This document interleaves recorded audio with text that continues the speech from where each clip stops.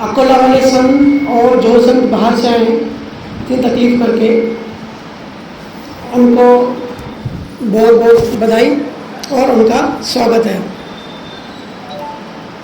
आध्यात्म ऐसा विषय है कि हर कोई इसमें नहीं जाना चाहता, और संसार ऐसा है कि हम सबको बहा ले जाता है। उसके बावजूद अगर हम अध्यात्म में थोड़ा भी इंटरेस्ट आता है या कहीं सत्संग सुनने जाते हैं तो ये बहुत अच्छे पुण्य कहे जाएंगे। तो यहाँ हम सब इकट्ठा हुए हैं सत्संग सुनने के लिए। ऐसा संजोग बना, ऐसा मालिक ने संजोग बनाया, इसके लिए मालिक का धन्यवाद करता हूँ, और जो आए हैं उनको बधाई देता हूँ। मैं मेरी कहानी में मेरी जो बात है आज की, ज़्यादा टाइम ना लेके एक कहानी से शुरू करूँगा। एक राजा के दरबार में एक फकीर आया, तो उसने कहा कि मुझे भीख चाहिए। तो उसको भीख दे रहे थे, तो उसने कहा कि मेरी दो शर्तें हैं, मैं भीख लूँगा तो राजा के हाथ से ही लूँगा, और मेरा जो कटोरा है वो पूरा भरना चाहिए, इतनी मुझे भीख चाहिए।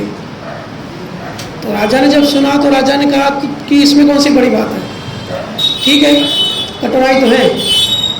तो राजा आए और थोड़े बहुत हीरे मोती जवाहरात कटोरे में डाल दिए। फकीर ने यह भी शर्त रखी थी कि कटोरा भरना चाहिए।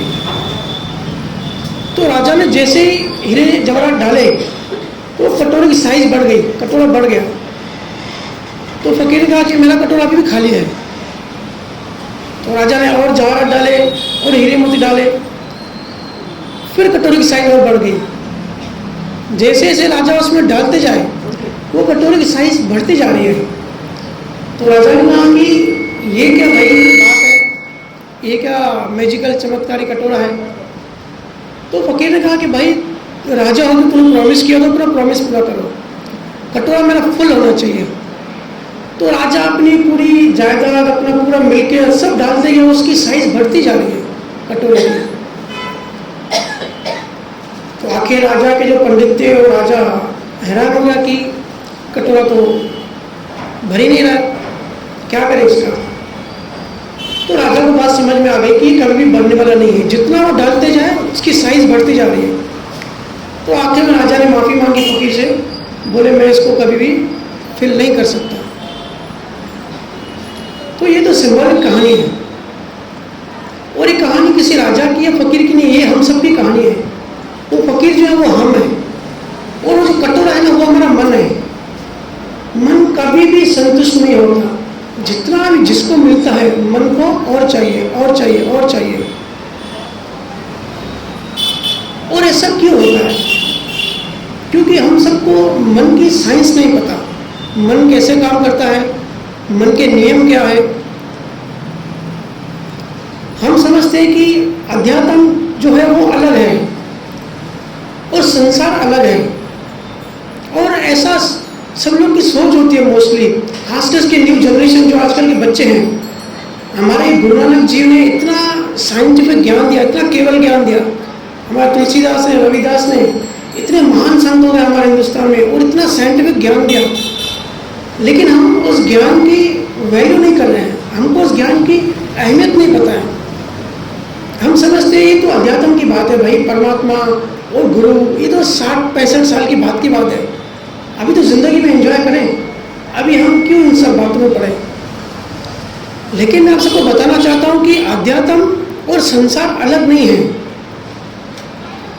मैं काउंसलिंग करता हूँ, मेरे पास इतने लोग आते हैं अलग अलग प्रॉब्लम लेके, खास करके बच्चे जो न्यू जनरेशन की जो बच्चे हैं,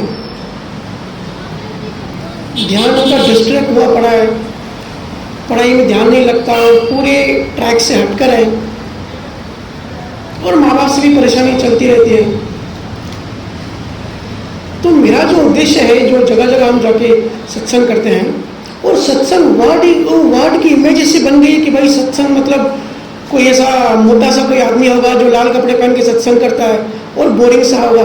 हम सबकी सोच ऐसे हो गई है क्योंकि हम संसारी लोग हैं, हम संसार में रहते हैं। एक होते हैं तपस्वी जो पहाड़ों में हिमालय में जाकर तप करते हैं, संसार से दूर हो जाते हैं। एक होते हैं कि संसार में लेकर तप करना। तो हम सब जो है गृहस्थी ध्यानी है, गृहस्थी तप है, तप करने वाले हैं। तो अध्यात्म की साइंस और संसार की साइंस अलग नहीं है। कंफ्यूजन कहाँ होती है कि हम सबको नियम नहीं पता। एक यूनिवर्सल लॉज होते हैं, मन के नियम होते हैं कि कैसे कौन सी चीज़ कैसे काम करती है। अगर बच्चे आजकल बिगड़ रहे हैं तो क्यों बिगड़ रहे हैं, उनका ध्यान कहाँ डाइवर्ट हो रहा है। मेरे पास लोग आते हैं कि बच्चे पूरे दिन मोबाइल लेके बैठे हैं और हमसे बहस करते हैं। अरे भाई, आप खुद भी मोबाइल लेके बैठते हो, तभी बच्चे आपको देख के कॉपी करते हैं। और बच्चों को कोई टाइम नहीं देता पेरेंट्स, तो बच्चों को सहारा जो है वो मोबाइल में ढूंढते हैं।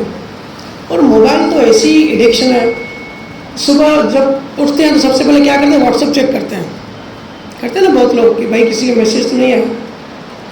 तो ये सोशल मीडिया हमारे दिमाग के साथ खेल रहा है, हमको पता नहीं है। एक चीज़ देखो तो दूसरी चीज़ आती रहती है। हम खुद भी फिसल रहे हैं और हमारे बच्चे भी फिसल रहे हैं। बहुत खतरनाक खेल चल रहा है हमारे दिमाग के साथ। हमको बहुत जागृत और बहुत अलर्ट रहने की ज़रूरत है।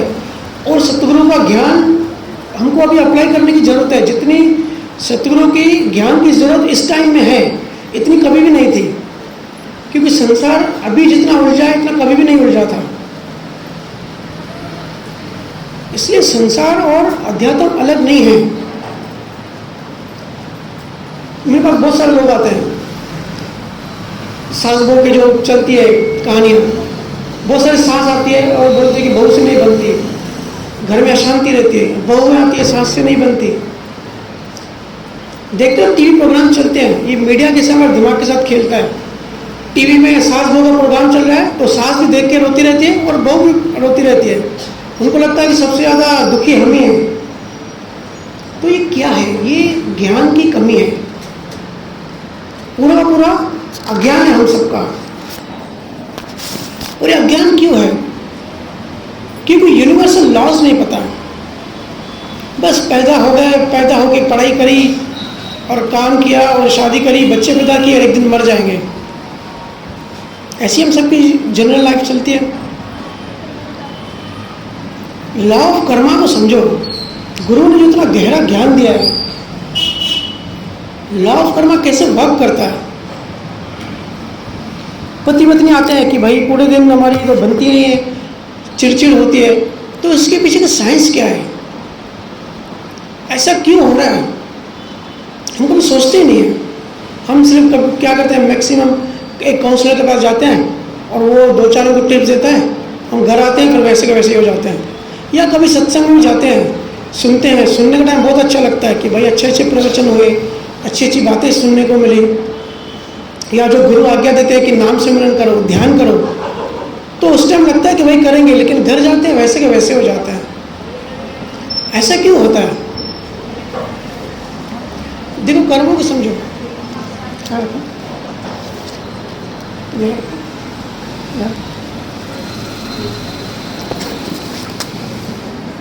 लॉ ऑफ कर्मा को समझो। पूरी दुनिया में हिंदुस्तान ऐसा देश है जहाँ महान संत पैदा हुए और कर्मों की साइंस जैसे यहाँ के संतों ने बताई ना, केवल ज्ञानियों ने। आप गुरु ग्रंथ साहब को पढ़े, उनका मैसेज पढ़े, 10 गुरुओं का, बहुत सारे उधर वहाँ पे केवल ज्ञानियों का ज्ञान है। उस ज्ञान की भाषा समझे, कोडेड लैंग्वेज है, समझे कि मैसेज समझे कि गुरु हमको क्या कहना चाह रहे हैं। तो ये जो लॉ ऑफ कर्म है ना, इसको थोड़ा समझे। पति पत्नी हो या जो भी हमारे रिश्तेदार होते हैं, बच्चे होते हैं या दोस्त होते हैं, ये हम सबकी लेन देन होती है।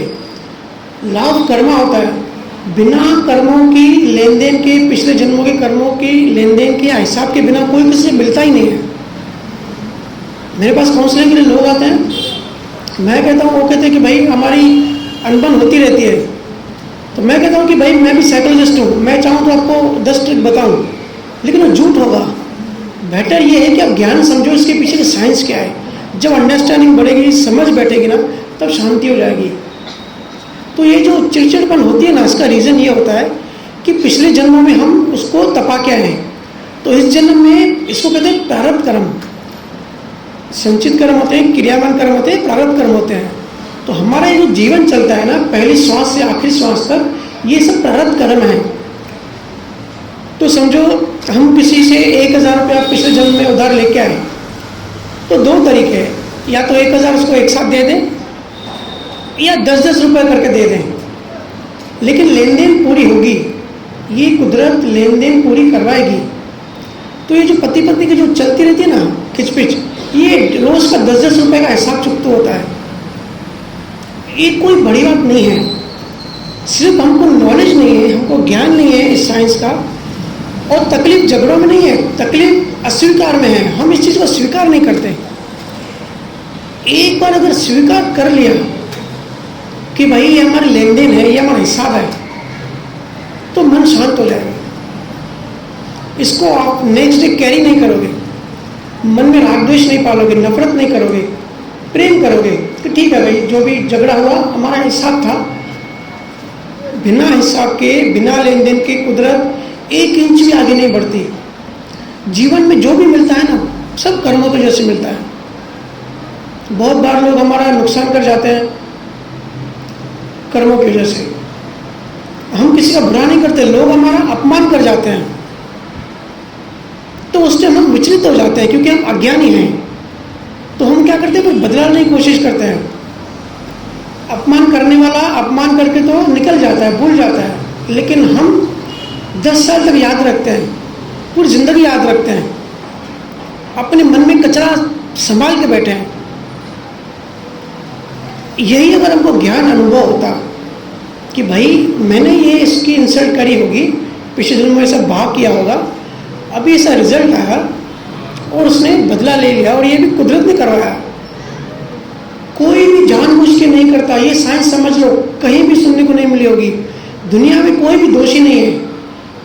हम सब क्या करते हैं, दिन भर दूसरों को दोष देते रहते हैं, उसकी वजह से ये हुआ, उसकी वजह से हमारा नुकसान हुआ, उसने मेरा घर खराब किया, उसने मेरा बिजनेस में लॉस किया। ये सब अज्ञानता है। दुनिया में किसी को कुछ भी फ्रीडम नहीं है बिना कर्मों की लेन देन की, अपने रैंडमली अपने हिसाब से कुछ करने की। कोई किसी का ना बिगाड़ सकता है, न कोई किसी को ज़्यादा दे सकता है, जब तक कर्मों की लेन देन नहीं हो। ये इसको कहते हैं कि कर्मों की डिलीवरी कर रहे हैं। हम सब निमित्त मात्रा बनते हैं, एक दूसरे के साथ रिश्ते नाते जो होते हैं ना, कर्मों की डिलीवरी होती है। तो इसमें कोई दोषी कैसे हुआ? अगर हमारा कोई एक्सपायर हो गया, समझो हमारा ससुर एक्सपायर हो गया और लेटर आया, तो जो डाक वाला जो पहले जब जमाने में खत लेके आता था, वो लेटर लेके आया, कभी आपका ससुर एक्सपायर हुआ, तो उसमें उसकी क्या गलती? वो तो सब लेटर लेके आया ना। तो ऐसे जो भी हमारी लेन देन होती है ना, हमारी जिससे भी बनती है, नहीं बनती है, या अच्छा होता है, बुरा होता है, जो भी इंसान से हमारा जैसा हिसाब होता है, वो हिसाब क्लियर होता है, कोई भी दोषी नहीं होता। आज घर घर में इतनी आग क्यों लगी हुई है? क्योंकि सभी लोग एक दूसरे को दोषी देखते हैं, ब्लेम गेम करते हैं। मेरी सास खराब है, मेरी बहू खराब है, मेरे बेटा खराब है, मेरा बिजनेस पार्टनर ने मेरा नुकसान कर लिया, मेरा फ्रेंड तो है ही गलत। दुनिया में कोई भी गलत नहीं है, ये गुरुओं की शिक्षा है। ये सब कर्मों के लेन देन है, इसको कहते हैं डिस्चार्ज कर्म। ये सब बैटरी जो है ना, जैसे हम मोबाइल की बैटरी चार्ज करते हैं, फिर पूरे दिन डिस्चार्ज होती रहती है, तो हमारा जो मन वचन काया है, ये डिस्चार्ज हो रहा है। हमने पिछले जन्मों में चार्ज किए थे कर्म, अभी वो कर्म रिलीज हो रहे हैं एक के साथ, और टाइम के साथ, टाइम ड्यू डेट के साथ। ये लिखा होता है पहले ही, जब कोई बच्चा पैदा होता है, उसके प्रारंभ में, उसकी कुंडली में अगर देखेंगे, सब कोडेड भाषा में लिखा रहता है कि कौन से ईयर में इसकी शादी होगी या नहीं होगी, कौन से टाइम में, कौन से साल में क्या पढ़ाई करेगा, इसका एक्सीडेंट होगा या नहीं होगा, या कौन सी बीमारी लगेगी, या कब मृत्यु होगी। ये सब प्रारब्ध कर्म बोलते हैं इसको। प्रारब्ध कर्मों में ये सब लिखा रहता है। तो ये सब कर्म है। कर्मों की, अगर हम अध्यात्म इतना बड़ा है, इतना वास्ट है, और गुरुओं ने इतना ज्ञान दिया है, अगर हम वो नहीं समझ पा रहे हैं, क्योंकि हम गृहस्थी हैं, फिर भी अगर इतनी भाषा भी समझ ले कि कर्मा कैसे काम करता है। एक डिपार्टमेंट है ये, पूरे अध्यात्म का एक डिपार्टमेंट है, लॉ ऑफ कर्मा। ऐसे तो यूनिवर्स के बहुत सारे लॉज हैं, पर ये सबसे इम्पोर्टेंट लॉ है। अगर हम लॉ ऑफ कर्मा समझ गए कि क्या कर्म करने से कौन सी गति मिलती है, नरक गति मिलेगी या स्वर्ग गति मिलेगी, प्रेत योनि मिलेगी या जानवर 84 लाख जून में जाएंगे, इतना भी हमको आइडिया आ गया, थोड़ा सा हमारी समझ बैठ गई, फिर हम अलर्ट रहेंगे, जागृत रहेंगे। अभी हम ऐसे जीते हैं कि हम जिंदगी भर जिएंगे, हम मौत हमको याद ही नहीं है। हमको ऐसा लगता है कि दूसरे मरते हैं, हम थोड़ी मरते हैं। इतना बेहोश है हम, इतने मोह में पड़े कि भाई हमारा धंधा बढ़े, हमारे बच्चे बड़े स्कूल में पढ़े, हमारा घर बड़ा बने, इसे मोह पकड़ के बैठा है हमको। क्योंकि जब कोई मरता है ना, जब शमशान में जाते हैं तब थोड़ा अनुभव करना थोड़ा अच्छा लगता, थोड़ा हम अलर्ट होते हैं, थोड़ा जागृत होते हैं थोड़ी देर के लिए। लगता है कि यार सही बात है, एक दिन सब मरेंगे और हमको थोड़ा गुरुओं का नाम लेना चाहिए, ध्यान करना चाहिए, थोड़ी अच्छी अच्छी बातें, थोड़ा उस टाइम जो भाव होते हैं ना मन के, उस टाइम थोड़ा शिफ्ट हो जाता है, थोड़ा अच्छा मन हो जाता है। लेकिन जैसे ही शमशान से घर आए, नहाया तो जाके दुकान पे बैठते हैं, वही संसारी बन जाते हैं। वही चीटिंग, वही बेईमानी, वही फ्रॉड, कैसे नुकसान करें, कैसे अपना फायदा कैसे करें, वही सब हमारे भाव चलते रहते हैं। क्योंकि हम भूल जाते हैं। संतों ने कहा है सिमरन करो, परमात्मा को याद करो। परमात्मा को याद करने का मतलब ये है कि आप याद करो, याद रखो कि एक दिन हम भी मरेंगे और हमारा लक्ष्य है परमात्मा को पाना, आत्मा को पाना, मोक्ष में जाना, मुक्त होना। लेकिन ये सब इतनी बड़ी बातें हैं। जब भी आज बच्चे, न्यू जनरेशन दूर क्यों है अध्यात्म से, क्योंकि हम मोक्ष की बात करते हैं, तो बच्चे कहते हैं अभी अगले जन्मों में क्या होगा, हमको क्या फर्क पड़ता है, या हमको क्या पता, अभी जो सामने लाइफ है, जो प्रैक्टिकल लाइफ है, उसको फोकस करो, उसको ध्यान दो। ये जनरली बच्चों की सोच होती है। मैं हर जगह जाता हूँ, बच्चों से मिलता हूँ, बात करता हूँ, इसी के लिए मोक्ष का नाम कर लेता हूँ, मुक्ति में फोकस ज़्यादा करता हूँ कि भाई मोक्ष तो अगले जन्म में मिलेगा, लेकिन आपका ध्यान अभी कैसे मुक्त हो राग द्वेष से, नफरत से, अज्ञान से। इसी लाइफ में अभी आप प्रेजेंट में आप मुक्त हो सकते हो। बच्चों को देखो कितना स्ट्रेस है, बेचारे पढ़ाई कर रहे हैं, घर में माँ बाप झगड़ा कर रहे हैं, बच्चे अलग रूम में बैठे हैं और कितना प्रेशर है उनके ऊपर। तो अगर बच्चों को हम नहीं सिखाएंगे कि इस प्रेशर से कैसे बचना है, ये जो इतने नेगेटिव माहौल है हर जगह पे, कैसे अपने आप को सेव करना है, बच्चों को अगर नहीं सिखाएंगे तो जैसी हमारी लाइफ चलती है अंधकार में, अज्ञान में, वैसे बच्चों की भी लाइफ चली जा रही है। क्योंकि साइकोलॉजी का नियम है, 7 साल तक बच्चे के अंदर जो जाता है ना, फिर वो जिंदगी भर चलता रहता है, उसको निकालना बहुत मुश्किल होता है। तो अगर बच्चे घर में छोटे हैं तो आप अवॉइड करो, बच्चों को जितना हो सके ज्ञान में लाओ, उनको अध्यात्म की राह सिखाओ, उनको ध्यान करना सिखाओ। तभी बच्चे प्रेजेंट लाइफ में मुक्त फील कर सकते हैं और लाइफ से डील कर सकते हैं। नहीं तो चैलेंजेस बढ़ते जा रहे हैं, जड़ता बढ़ती जा रही है, बेहोशी बढ़ती जा रही है। आने वाले टाइम में जैसे गुरु ने बताया कि कलयुग की इंटेंसिटी बढ़ती जाएगी, तो अगर हम बच्चों को ट्रेन नहीं करेंगे, ज्ञान की तरफ नहीं मोड़ेंगे, तो जो बच्चे हैं बहुत डिप्रेस होने वाले हैं। देखो डिप्रेशन क्यों बढ़ रहा है इतना हर जगह पे, क्योंकि हम अंदर से अपने आप से कनेक्ट करना भूल गए हैं। पहले गुरुकुल होता था, ब्रह्म यूनिवर्सिटीज होती थी दुनिया में, अपने हिंदुस्तान में दुनिया भर के स्टूडेंट आते थे पढ़ने, और सबसे पहली चीज़ ध्यान सिखाते थे, ध्यान, मेडिटेशन, सिमरन सिखाते थे, बाकी चीज़ें बाद में सिखाते थे। लेकिन फिर मुगल्स आए और बहुत सारे लोगों ने हम पे अटैक किया, और अंग्रेज आए और हमारा जो ये सिस्टम था गुरुकुल का वो डिस्ट्रॉय कर दिया। और सबसे ज़्यादा क्या डिस्ट्रॉय किया, ध्यान की महिमा, मेडिटेशन, ध्यान करना हटवा दिया पूरे स्कूल से और सब जगह से। तो हमको ध्यान करने की साइंस ही नहीं पता, और ध्यान क्यों करना चाहिए या क्यों ज़रूरी है वो पता ही नहीं है। और उल्टा देखो वेस्ट के, अमेरिका का अगर स्कूल्स में देखोगे ना, मेडिटेशन कंपलसरी कर दिया है। भले उनका मेडिटेशन छोटा है, उनका अध्यात्म नहीं होता, उनका फोकस, उनका पर्पस छोटा होता है कि कॉन्फिडेंस बढ़े, विल पावर बढ़े, डर निकले, चिंता मिटे। लेकिन हमारा लक्ष्य क्या होना चाहिए, मोक्ष को प्राप्ति करना है।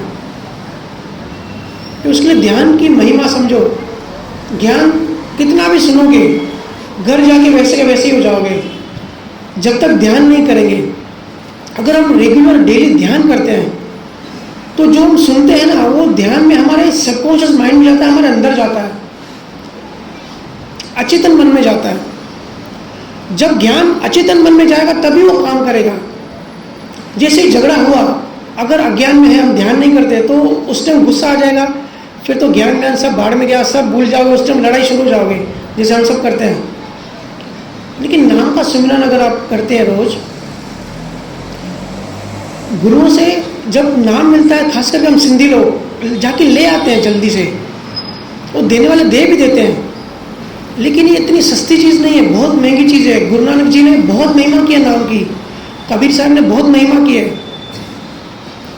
महिमा की है मतलब जरूर कोई बात होगी।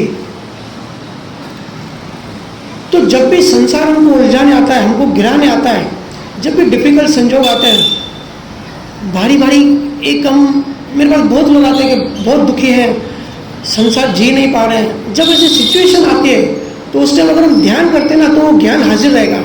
जो ज्ञान हम सुनते हैं, जो समझते हैं, और ध्यान करने की इतनी महिमा है कि आपके अंदर, क्योंकि हम सब शुद्ध आत्मा है, और आत्मा क्या है? आत्मा अनंत ज्ञान स्वरूप है।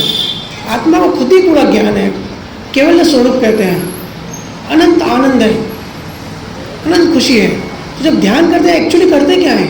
हम जो चेतना है, हमारी चेतना अंदर परमात्मा या आत्मा के नज़दीक जाती है। तो जैसे हम किसी गार्डन के नज़दीक जाते हैं, कैसी खुशबू आती है।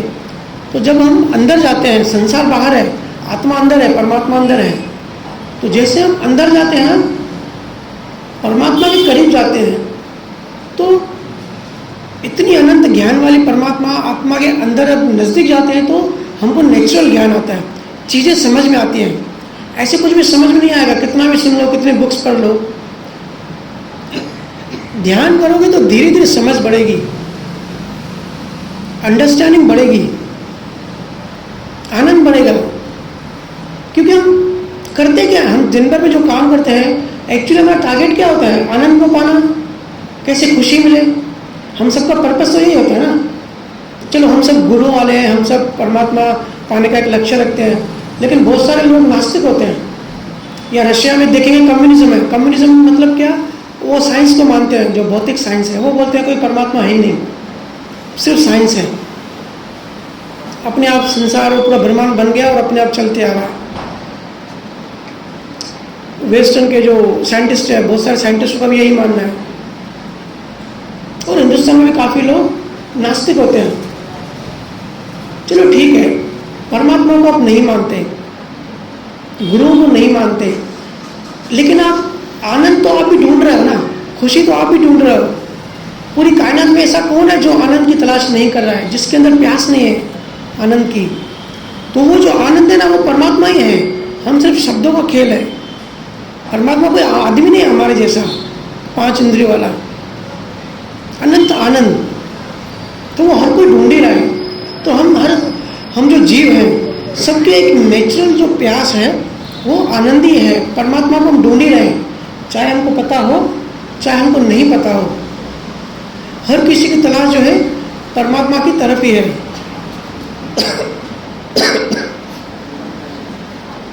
इसलिए आध्यात्म में फोकस करो। मैं समझता हूँ कि संसार है, हम सब बिजी हैं अपनी अपनी दुकानों में, अपनी अपनी लाइफ में। मुझे लोग कहते भैया आपके तो संजोग अच्छे हैं, आपकी आईटी कंपनी में जॉब है, तो आपकी कर्म ऐसे अच्छे हैं कि आपको इतना बिजी नहीं होते। लेकिन हमको पूरे दिन दुकान पे जाना पड़ता है, या जो लेडीज़ होते हैं घर का काम करना पड़ता है। अरे भैया आधा घंटा 1 घंटा अपनी आत्मा के लिए नहीं निकाल सकते? ये सब बहाने होते हैं ध्यान नहीं करने के। और ये बहाने करके हम खुद को धोखा देते हैं, किसी दूसरे को धोखा नहीं देते, क्योंकि अज्ञान हमारा बढ़ रहा है। एनर्जी का नियम है, या तो एनर्जी ऊपर चढ़ेगी या तो नीचे गिरेगी, एनर्जी कांस्टेंट नहीं होती। तो अगर आप संसार में हैं, संसार में ही उलझे हैं, तो आप नीचे गिरते जा रहे हैं, कर्म बंधन बढ़ते जा रहे हैं, पहाड़ बनते जा रहे हैं। और जैसे जैसे कर्म का पहाड़ हम नए नए भाव करके, नए नए कर्मों की जो इंटेंसिटी है बढ़ाते जाते हैं, उतना हम नीचे गिरते जाते हैं माया में। और अंत समय पता पड़ता है कि भाई मौका मिला था, हमने कुछ किया ही नहीं। अगर आधा घंटा 1 घंटा, और अध्यात्म कोई रॉकेट साइंस नहीं है, कोई बहुत बड़ी बात नहीं है कि हमको भाई घर छोड़ना पड़ेगा या और कुछ करना पड़ेगा या बहुत आडंबर करना पड़ेगा। सच्चे सतगुरु कभी भी आडंबर नहीं करते और शिष्यों को भी इसे सिखाते हैं कि सिंपल ज्ञान सिंपल है, परमात्मा सिंपल है और अध्यात्म भी सिंपल है। कोई बड़ी बात नहीं है, कोई हटके बात नहीं है, मन की साइंस है। जो भी गुरु से ज्ञान सुनने मिलता है, किसी भी संत से जो भी अच्छी प्रवचन सुनते मिलते हैं वो सुने, और आधा घंटा, पौना घंटा, 1 घंटा जितना सहज हो, जितना हमारे बॉडी से हो उतना नाम से मिलन करें, ध्यान करें। तो उससे क्या होगा, जो एनर्जी नीचे गिर रही है ना, फिजिक्स का नियम है, जो एनर्जी नीचे गिर रही है फिर धीरे धीरे ऊपर चलना चालू हो जाएगी। लेकिन हम सब उलझे हैं रिश्तों में, संसारी मचमच में, लड़ाइयों में, झगड़ों में। थोड़ा अपना ध्यान को शिफ्ट करें। मेरे पास लोग आते हैं कि भैया 1 करोड़ का नुकसान हो गया बिजनेस में, तो बहुत विचलित हो जाते हैं, डिप्रेस हो जाते हैं। तो मैं कहता हूँ भाई 1 करोड़ आपका नुकसान हुआ, इससे पहले कुदरत ने 1 करोड़ आपको दिया ना, दिया तभी तो नुकसान हुआ। और ये हुआ कर्मों की वजह से, किसी ने जानबूझ के नहीं किया। ये बहुत जिम्मेदारी से, बड़ी रिसर्च और अनुभव से बता रहा हूँ, जो भी जीवन में होता है सब लिखा रहता है। इसको कहते हैं प्रारब्ध कर्म। तो अगर नुकसान हो गया, हमारा 1 करोड़ बिजनेस लॉस हो गया और हमको ज्ञान नहीं है गुरुओं का कि प्रारब्ध कर्म कैसे काम करते हैं, तो हम डिप्रेस होंगे, विचलित होंगे। फिर हमको ये बाबा ढूंढेंगे, भाई सब बाबा मिल जाए जो हमारा हमको ऐसे कोई पुड़ी दे कि भाई सोल्यूशन निकल जाए। ऐसा शॉर्टकट फॉर्मूले हम ढूंढते हैं ना सब अज्ञानवश। कोई कुछ नहीं कर सकता भाई। कर्म एक बार प्रारब्ध जो कर्मों की जो एनर्जी है वो एक बार कन्वर्ट हो गई प्रारब्ध कर्मों में, मतलब इसको साइंस में कहते हैं एनर्जी मैटर में कन्वर्ट हो गई। अगर फिजिक्स का नियम है कॉज एंड इफेक्ट, या अल्बर्ट आइंस्टाइन ने जो थ्योरी दी E=mc², ये क्या है? ये हमारे गुरु का ज्ञान सीख के ही वो गया अमेरिका और वहाँ पे उसने ज्ञान दिया E=mc², कि जो भी हम भाव करते हैं, जो भी हम इमोशन करते हैं वो कर्म होते हैं, और ये कर्म हमको भुगतान करना पड़ता है नेक्स्ट जन्मों में। अगर आज हमने किसी का बुरा सोचा, बुरा इंटेंशन बना, नियत खराब की, तो उसका जो होगा नहीं होगा वो बात की बात है। ये कर्म हमने बना लिया, हमारे मन में ये सेव हो गया, नेक्स्ट जन्म में हमारा ही बुरा होगा, क्योंकि कुदरत को जो हम देते हैं कुदरत हमको वापस देती है। ये फिजिक्स का भी नियम है, कॉज एंड इफेक्ट। तो बड़ी रिसर्च के बाद मैं ये कह रहा हूँ। तो जब ये नियम हमको पता होगा कि भाई अगर बिजनेस में लॉस हुआ भी तो भी लिखा हुआ था, ठीक है, कौन से टाइम में हम अप जाने वाले हैं, कौन से टाइम में डाउन जाने वाले हैं। हम सब कहते हैं ना life is all about up and down. तो ये पहले से लिखा रहता है कौन से टाइम पे कौन सी बीमारी होगी, कौन से टाइम पे हम स्वस्थ होंगे, कौन से डॉक्टर से हम ठीक होंगे, कौन से डॉक्टर से हम ठीक नहीं होंगे। वो सब निमित्त होते हैं। ऐसा होता है ना, बहुत बार बड़े बड़े हॉस्पिटल्स, बड़ी बड़ी बीमारियाँ बड़े बड़े हॉस्पिटल में ठीक नहीं होती, और एक गांव का छोटा वैद्य के पास जाते हैं और ठीक हो जाता है। तो कभी सोचा ऐसे क्यों होता है? और उस वैद्य से हर कोई ठीक नहीं होता, कुछ लोग ठीक होते हैं, कुछ लोग ठीक नहीं होते हैं, क्योंकि ये लिखा रहता है। उस टाइम हमको ठीक होना लिखा रहता है, कोई ना कोई निमित्त बन जाता है। कुदरत हर किसी को निमित्त बनाती है। तो हमारा अगर कुछ अच्छा होता है वो भी निमित्त होता है, कुछ बुरा होता है वो भी निमित्त होता है। इसी के लिए मैं जो फोकस है, जो कि परिवार है आजकल सिंधियों का खास करके,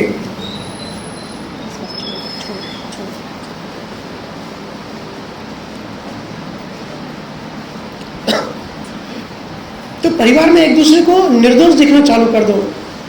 बेटे ने ये किया, बहू ने ये किया, मामा ने ये किया, उसकी वजह से ये हुआ, वो तो है घमंडी, वो तो है अहंकारी, ये सब बोलना छोड़ दो। क्योंकि जिसकी जैसी पर्सनैलिटी है ना, वो भी बेचारे की कर्मों की तरह ऐसी पर्सनैलिटी बनी है। कोई दोषी नहीं है दुनिया में, ये बात पकड़ लो। आज हम अगर और कुछ ना भी पकड़ें, 2 चीज़ पकड़ें कि ध्यान सिमरन रोज करना है, बहुत बड़ी साइंस है। कोई छोटी चीज़ नहीं है, हम सब वैल्यू नहीं करते। कभी आप खुद एक्सपेरिमेंट करो, टीवी देखो, फिल्में देखो, गॉसिप करो, बुराइयां करो, कोई डिस्टर्ब नहीं करेगा। जैसे ही भजन सिमरन में या नाम सिमरन का ध्यान करने में बैठे, मेहमान आ जाएंगे, किसी का फ़ोन बज जाएंगे या बच्चे परेशान करेंगे, कुछ डिस्टर्बेंस होना चालू हो जाएगा। ऐसा क्यों होता है? थोड़ा लॉजिक लगाओ, कौन हमको रोक रहा है भजन सिमरन करने से? ये जब तक हमको साइंस नहीं पता है, जब तक ज्ञान नहीं पता है कौन सी चीज़ कैसे वर्क करती है, गुरुओं के ज्ञान की महिमा नहीं करेंगे, वैल्यू नहीं करेंगे, तब तक हम दुखी रहेंगे। मेरे पास लोग होते हैं कि भैया मोक्ष की बातें बाद में बताओ, पहले हमारा दुख है, हमारा धंधा नहीं चल रहा है, वो चिड़चिड़ हो रही है, गुस्सा हो रहा है, उससे कैसे हम बच्चे, वो बताओ। तो मैं कहता हूँ भाई, अगर आप अध्यात्म की साइंस नहीं समझोगे, कोई भी सॉल्यूशन नहीं है। आप किसी भी काउंसलर के पास जाओ, साइकेट्रिक के पास जाओ, वो पैसा लेगा। बहुत बार होता है ना, जो सेशन करते हैं एंगर मैनेजमेंट का, तो पैसा लेते हैं और बताते हैं कि भाई आप गुस्से को कैसे कंट्रोल करें, लेकिन वो खुद घर जाके अपनी बीवी के ऊपर गुस्सा करता है, क्योंकि साइंस है भाई, ज्ञान है, ज्ञान को समझो, ये लेन देन है। एक एक इंच का, छोटी छोटी बात का जहाँ हिसाब होता है। हम बहुत बार से कहते हैं ना कि भाई मैं ये नहीं बोलना चाह रहा था, लेकिन पता नहीं कैसे मेरे मुंह से निकल गया, मैं ये जानबूझ के मैंने नहीं किया। मैं जेल में जाता हूँ बहुत बार सेशन करने, तो जेल में बहुत सारे क्रिमिनल्स की ऐसी माइंडसेट होता है कि हम ये करना नहीं चाह रहे थे, लेकिन हमारे हाथ से हो गया। बहुत बार हमको पता है हम गुस्सा नहीं करना चाहते हैं, लेकिन हो जाता है ना। तो ये कैसे होता है? ये लॉ ऑफ कर्मा की वजह से होता है। उस टाइम संजोग ऐसे बनते हैं, सिचुएशन ऐसी बनती है, आप कंट्रोल अपने आप को नहीं कर पाते, बुद्धि ब्लैंक हो जाती है। तो ना चाहते हुए हमारे या तो शरीर से, या तो मन से, या तो वाणी से ऐसी चीज़ हो जाती है जो हम नहीं करना चाहते, क्योंकि वो कर्मों की लेन देन पूरी हुई। हमको सिर्फ इतना करना है, ज्ञान को हाजिर रखना है कि भाई जिस टाइम वो संजोग हो रहा है, जब परेशानियां हैं, या जब भी खास करके झगड़ा हो रहा है, या किसी के लिए नेगेटिव आ रहा है, नफरत पैदा हो रही है, तो उस टाइम अपने आप को समझाना है। ज्ञान अपने लिए होता है, ज्ञान दूसरों को समझाने के लिए नहीं होता है। हम सब क्या करते हैं, खुद तो ज्ञान अप्लाई करते नहीं है, दूसरों को समझाते हैं, दूसरों को बदलने की कोशिश करते हैं। दुनिया के सारे पति अपनी पत्नी को बदलना चाहते हैं, और सारी पत्नियां अपने पति को बदलना चाहती हैं कि भाई ये चेंज हो जाए। सारी सासें बहू को बदलना चाहती है, सारी बहू चाहती है सास को बदल दे, उसका नेचर बदल दे। हर कोई दूसरों को बदलना चाहता है, और ये भी आपको एक्सपीरियंस होगा, कोई दूसरे को बदल नहीं सकता। कोई बदल पाया दूसरे को? क्योंकि सब कर्मों से चलता है, पर्सनैलिटी भी कर्मों से होती है, तो आप बदल नहीं सकते, अपने आप को बदल सकते हैं। कहते हैं ना, दृष्टि चेंज करो सृष्टि सुंदर हो जाएगी। दृष्टि को सुंदर करो तो सृष्टि खुद ही सुंदर हो जाएगी। तो जहाँ चेंज करना है, जहाँ हमारा फ्रीडम है, जहाँ हम कुछ कर सकते हैं, वो है अपने आप को, अपने भाव को, अपने मन को ठीक कर सकते हैं ज्ञान से। तो दूसरे को जब माथापड़ी करते हैं, बदलने की कोशिश करते हैं, अंदर में वो चीज़ समझ जाए, ज्ञान आज रखे कि भाई ये सब लॉ ऑफ कर्मा है, कर्मों की वजह से हम किसी को बदल नहीं सकते। इन बिटवीन अगर किसी को कुछ क्वेश्चन हो तो आप रेस कर सकते हैं, ठीक है। मेरा अभी जो फोकस है पूरा कर्मों पे ही है, ध्यान, सुमिरन और कर्म। देखो अर्जुन जब लड़ाई में था तो अपने गुरु को और अपने भाइयों को देख के डर गया, और उसने कहा कि छोटी सी जमीन के लिए मैं इनको क्यों मारूं, मेरा मन नहीं हो रहा है, मैं इतनी हिंसा क्यों करूं। तो कृष्णा ने क्या बोला? कृष्णा ने कहा कि ये तू अज्ञानवश बोल रहा है, तुझे लग रहा है ये तू कर रहा है, ये तू नहीं कर रहा है, ये तेरा शरीर कर रहा है, और तू किसी को मार नहीं सकता। तू देख रहा है कि तू शरीर खुद को मार रहा है और शरीरों को मार रहा है, ये लिखा हुआ है। आत्मा को कोई नहीं मार सकता, वो सब आत्माएं हैं। धर्म की रक्षा करने के लिए अभी जो जरूरी है वो करना पड़ेगा, और ये हिंसा नहीं है। अगर तू सोचेगा कि मैं कर रहा हूँ, मैं करने वाला हूँ, मेरे हाथ में है किसी को मारना, तो तू अज्ञान में है। तू निष्काम होके अकर्ता भाव से, सहजता से जो भी कुदरत करवा रही है वो कर, जो टाइम के हिसाब से जरूरी है। ये कृष्णा ने ज्ञान दिया उस टाइम अर्जुन को। और ग्रंथ कहते हैं कि अर्जुन उसी जन्म में मोक्ष गया, क्योंकि अकर्ता भाव, कर्म को समझो। जो भी मैंने कहा कि जो भी लेन देन होती है, जो भी हमारा मन वचन काया या 5 इंद्रियों के शरीर से होता है, वो लेन देन पूरी हो रही है पिछले जन्मों की। तो आप सबका सवाल होना चाहिए कि फिर नए कर्म क्या है, नए कर्म कैसे बनते हैं? तो नए कर्म जो होते हैं ना, भाव से बनते हैं। हम जो भाव करते हैं ना अंदर से, जो नियत करते हैं, जो मान्यता रखते हैं। मन मतलब क्या? मन मतलब मान्यताएं, मान्यताएं, भ्रम, इल्यूजन्स, वहम। जितना अज्ञान होगा उतना हमारा मन बड़ा होगा और ये सब चीज़ें होगी। डर होगा, चिंता होगी, क्योंकि हम कर्ता भाव में हैं। हमको लगता है हम करते हैं। इस बात को समझ ले, हम कुछ नहीं करते, सब कुदरत करवाती है, सब प्रारब्ध कर्मा कराते हैं। ये सब ज्ञान ना होने की वजह से अज्ञान बढ़ता ही जा रहा है, बढ़ता ही जा रहा है। और अज्ञान दशा में क्या होती है? चीज़ों को बेटर करने में लगे रहते हैं और ऐसे कोई बाबा ढूंढते हैं हम कि भाई हमारा शॉर्टकट में कुछ काम हो जाए। और इससे क्या होती है? अंधभक्ति होती है, अंधश्रद्धा पैदा होती है। विदाउट लॉजिक, विदाउट साइंस के हम जब ऐसे ही फॉलो करते हैं, अंधभक्ति पैदा होती है, अज्ञानता बढ़ती है, अंधश्रद्धा पैदा होती है। और अंधश्रद्धा से क्या होता है? हमारा विवेक शून्य हो जाता है। हमारी सोचने समझने की जो परमात्मा ने जो कुदरत ने विवेक दिया है, जो बुद्धि दी है, वो जीरो हो जाती है। तो फिर जो बाबा लोग होते हैं वो हमको एक्सप्लॉइट करते हैं, वो हमको तरह तरह की बातें बताते हैं और वो हमारा डर का फायदा लेते हैं। लेकिन डर क्यों है? क्योंकि हम अज्ञानता में हैं। हमको सिर्फ ज्ञान बढ़ाना है, बस अपनी समझ बढ़ानी है। कितने हम देखो सिंधी, हम कितने वहम करते हैं। रात को ऐसे मैं कहीं रुका हुआ था किसी घर में, तो रात को झाड़ू लगा रहे थे, तो उनके बड़ों ने डांट लिया कि भाई रात को झाड़ू नहीं लगाते। उसने डांट दिया। मैंने कहा भाई इसकी साइंस बताओ, क्यों रात को झाड़ू नहीं लगाते? बोले ऐसे ही बड़े कहते थे। मैंने कहा पहले के ज़माने में लाइट नहीं थी, 5-6 बजे को अंधेरा हो जाता था, तो झाड़ू अंधेरे में कैसे लगाओगे? झाड़ू लगाते टाइम कोई कीमती चीज़ भी बाहर जा सकती है, इसके लिए बड़े बोलते थे कि भाई झाड़ू मत लगाओ। अभी तो लाइट है, अभी तो रोशनी है, अभी ये वहम क्यों पाल रहे हो? बोले नहीं हमको ऐसे वहम है। तो इससे हम सिंधियों में ना दिमाग में बहुत भूत सवार है, साइंस नहीं पता है उसकी। भाई घर खराब हो रहा है, रात को लगाओ ना, क्या किसने मना किया? क्या नुकसान है? सफाई कर रहे हो ना, कुछ गलत काम थोड़ी कर रहे हो। तो जब ऐसे छोटे छोटे वहम पालते हैं ना, तो हमारा मन जो है हमको फंसाता जाता है और ये सब इल्यूजन्स, ये सब डर, चिंता, ये सब बढ़ते जाता है। भ्रम, इसको भ्रम कहते हैं। अज्ञानता से भ्रम खड़े होते हैं और जितना ज़्यादा भ्रम होता है उतना ज़्यादा हम चिंता करते हैं, उतने ज़्यादा हमको डर होता है मन में। ज्ञानी किसको कहते हैं? ज्ञानी को देखो ना भय होता है, ना किसी चीज़ की भूख होती है, और हमारी भूख कभी शांति नहीं होती।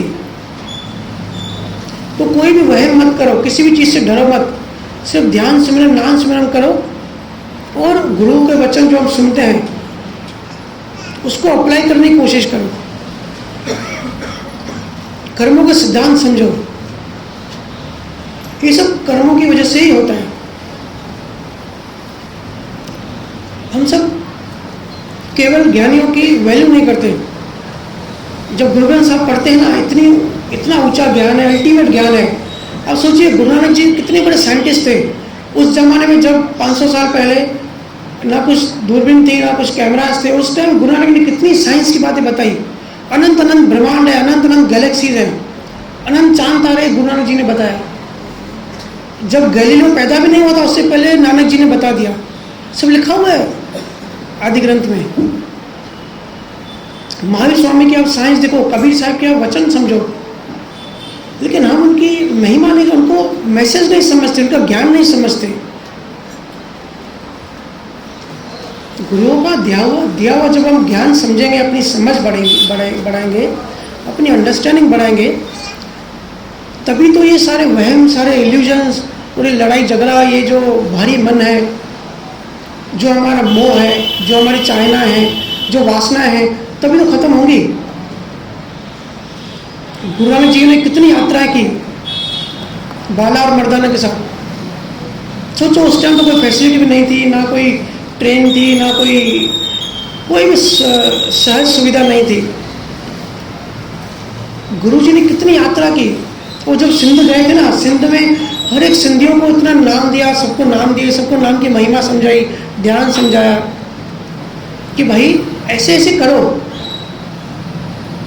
आज हिंदुस्तान में पार्टीशन के बाद जितने भी पंथ हैं ना, मोस्टली सब गुरु नानक के फॉलोअर्स ही हैं। गुरु नानक जी ने बहुत सारे सिंधियों को वहाँ पे नाम दिए, ज्ञान दिया, सत्संग किए, समझाए, वही फिर चलता आ रहा है।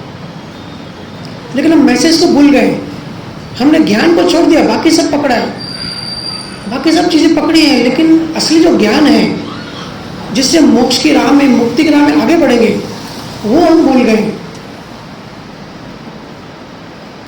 गुरु नानक जी की कहानी है कि वो जब सऊदी अरब की साइड गए, वहाँ पे मक्का मदीना के साइड पैर करके बैठे थे, तो वहाँ पे लोगों ने कहा कि हमारे भगवान का घर है, इस डायरेक्शन में आप पैर मत करो। तो गुरुजी ने कहा कि जहाँ तुम्हारा परमात्मा नहीं वहाँ मेरे पैर कर दो। तो उन्होंने उनके पैर घुमा दिए। तो कहानी कहती है कि जहाँ जहाँ गुरु नानक जी के पैर घुमाए, वहाँ वो मक्का मदीना आ रहा था उनके पैर की साइड में। ये देखिए वो दंग रह गए। यह एक दूसरी कहानी है कि गुरु नानक जी जब बाला मर्दाना के साथ वेस्ट बंगाल की यात्रा पे थे और उनके घर में ऐसी कुछ सिचुएशन हो गई कि उनको घर भी आना पड़ा। उनकी जो बड़ी बहन थी नानकी जी, वो उनको बहुत प्रेम करती थी, वो उनको याद करती थी। तो एक ही टाइम में गुरु नानक जी वेस्ट बंगाल में भी थे और घर पे भी थे। तो हम सब कहते हैं कि भाई ये चमत्कार है। चमत्कार नहीं है, ये साइंस है, ये क्वांटम फिजिक्स कहते हैं इसको। फिजिक्स में एक आदमी दो जगह पे नहीं हो सकता, लेकिन आज साइंस की रिसर्च है, क्वांटम फिजिक्स ऐसी चीज़ है, अगर किसी को इसका ज्ञान है तो एक आदमी एक ही टाइम में दो जगह हो सकता है। और गुरु नानक जी ने ऐसे चमत्कार दिखाए, वो एक ही टाइम में दो जगह थे। तो सोचो कितने पहुंचे हुए थे, कितना ज्ञान था उनमें। वो बहुत बड़े साइंटिस्ट थे वो अपने टाइम पे, है ना। वो जब तिब्बत गए, जब बुद्धिस्ट लामाओं की उनकी मीटिंग हुई, जब ज्ञान चर्चा हुई, तो उन्होंने ऐसा ज्ञान दिया कि वो सब अचरज में रह गए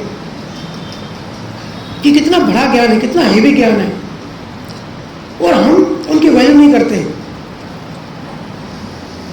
गुरु हमको कहते हैं कि भाई रोज नाम सिमरन करना है, ध्यान करना है। हम प्रॉमिस करके आते हैं, हाँ कहते हैं, लेकिन घर जाके संसारी हो जाते हैं और कहते हैं आज हमारी पीठ में दर्द है, शरीर साथ नहीं दे रहा है, चलो टीवी देखते हैं, गॉसिप करते हैं। निंदा, हम सबको कितना मजा आता है निंदा करने में, दूसरे की कितना रस आता है। उस टाइम अपने मन को ऑब्जर्व करो कि भाई इंटेंशनली सही हो या गलत हो, लेकिन हम निंदा जो कर रहे हैं ना, इसमें हमारे अंदर भाव क्या बन रहे हैं। हम जो रस ले रहे हैं ना, यह बहुत बड़ा भुगतान करना पड़ता है। नेक्स्ट जो जूनी मिलती है ना, जानवर गति की मिलती है, जो दूसरों की निंदाएं करता है। मन के भाव को समझो, कौन से कर्म से कौन सा जन्म मिलता है। ये बड़ी साइंस है। ऐसा है फ्रीडम, ऐसा रैंडम नहीं होता कि कोई गरीब के घर पैदा होता है, कोई अमीर के घर पैदा होता है, या कोई हैंडीकैप पैदा होता है, कोई सीधा पैदा होता है। ये सब पिछले जन्मों के कर्म होते हैं, ये सब कर्मों की वजह से होता है। क्यों कोई अंबानी अगर पैदा होता है, कोई गरीब पैदा होता है, किसी का फ्रीडम थोड़ी है। हम सब थोड़ी चुनते हैं अपने माँ बाप को, क्योंकि ये जीवन हमारा अगर अज्ञानता में चला तो जब हम शरीर छोड़ने वाले होते हैं, अंत गति जिसको कहते हैं, और उस टाइम हमारी जो मति होती है, कहते हैं ना अंतमति सो गति। तो गुरु ने कहा है कि अंतमति सो गति की, अंत में जो मति होती है वैसे हमारी गति होती है। तो बहुत लोग सोचते हैं ठीक है ना यार, जिंदगी भर थोड़ा सा ऐश कर लो, थोड़ा सा एंजॉय कर लो, या अध्यात्म की बातें, गुरु की बातें बाद में कर लेंगे, या मरते टाइम अच्छा भाव कर लेंगे। लेकिन जैसी पूरी जिंदगी में आपका भाव होगा, जैसी सोच होगी, अंत में भी वही आएगा, कोई अलग नहीं आने वाला है। लास्ट मोमेंट में आप आध्यात्मिक नहीं होने वाले हो। जब इंद्रियां बंद होती है अंदर से, जब खिंचती है, जब आत्मा अंदर खिंचती है चेतना, तब इंद्रियां बंद हो जाती हैं। तब कितना भी छटपटाओ, उस टाइम राम नहीं मिलते। फिर दूसरे लोग हमको बताते बॉडी को कि राम नाम सत्य है। जो चीज़ हमको जीते जी सीखनी थी कि राम नाम ही सत्य है, वो हमको दूसरे बताते हमारे शरीर को, जो कि उसके बाद कुछ हो नहीं सकता। इसके लिए हम जीवित हैं, उस टाइम हमको याद रखना है कि राम नाम सत्य है। मरने के बाद हम कुछ नहीं कर सकते, खेल खत्म हो जाएगा। फिर जैसे हमने भाव बनाया उसके अकॉर्डिंग हमारे जो कर्म होते हैं उसको कॉजेस कहते हैं। तो जैसे कॉजेस होता है, कॉजल बॉडी बनती है, और नेक्स्ट जन्म हमारा जो शरीर मिलता है उस कॉजेस के हिसाब से मिलता है। और जो अंत समय जो बहुत तड़पता है, जो लड़ाई करता है कि मैं नहीं मरूं, जिसको जीने की इच्छा होती है, जो पकड़ता है शरीर को, इंद्रियों को। हम देखते हैं अपने घरों में जब किसी की मौत होती है ना, कोई ज्ञानी होता है, स्माइल लेके हंस के बाय बाय करके जाता है, और कोई छटपटा के जाता है। अंदर से वो मौत को स्वीकार नहीं करता। और मौत को स्वीकार क्यों नहीं करता? क्योंकि उसे ध्यान नहीं किया जिंदगी भर। ध्यान क्या है? ध्यान है मौत की प्रैक्टिस। एक दिन हम शरीर और इंद्रियां छोड़ के चले जाएंगे, वो बहुत भारी बदलाव है। और हम जो ध्यान करते हैं ना रोज, वो ध्यान छोटी छोटी मौत की डेली थोड़ी थोड़ी प्रैक्टिस है। तो अगर कोई रोज ध्यान करता है, नाम सिमरन करता है ना, मतलब शरीर से जब कोई ध्यान में गहरा चला जाता है तो शरीर छूट जाता है, पांचों इंद्रियों से हम परे हो जाते हैं, अनाद नाद में हम चले जाते हैं। तो उस समय क्या होता है कि ये जो प्रैक्टिस होती है ये हमको अंत समय में काम आती है। फिर हम छटपटाते नहीं हैं। और जो छटपटाता है, जो कहता है कि भाई मैं शरीर नहीं छोड़ूं, अब शरीर तो छोड़ना पड़ेगा, कुदरत से बड़ा तो कोई है नहीं, टाइम पूरा हो गया, श्वास से खत्म हो गई। तो उसका नेक्स्ट जन्म जो होता है वो ऐसा होता है कि जैसे हम देखते हैं ना कि कोई बच्चा इमेच्योर पैदा होता है, 7वें 8वें महीने में उसकी डिलीवरी हो जाती है। तो जो शरीर छोड़ना नहीं चाहता ना, वो नेक्स्ट जन्म में उसकी डिलीवरी इमेच्योर होती है, वो जल्दी माँ के पेट से बाहर आ जाता है। तो ऐसे जो भी हम भाव करते हैं, हर भाव का फल मिलता है। किसी की बुरी नीयत से हमने कोई सिर्फ बुरी हमने बात सोची, किसी का नुकसान करने की सोची, तो वो उसी टाइम हमारे अंदर से हो जाता है। तो वो फिर हमको नेक्स्ट जन्म में वो भुगतना पड़ता है। मन ही करता, मन ही भुगता। मन क्या है? अहंकार, कर्ता भाव। कर्म कौन करता है? हमारा अहंकार करता है। और अहंकार क्यों? क्योंकि हम अज्ञानता में है, हमारी मान्यता है।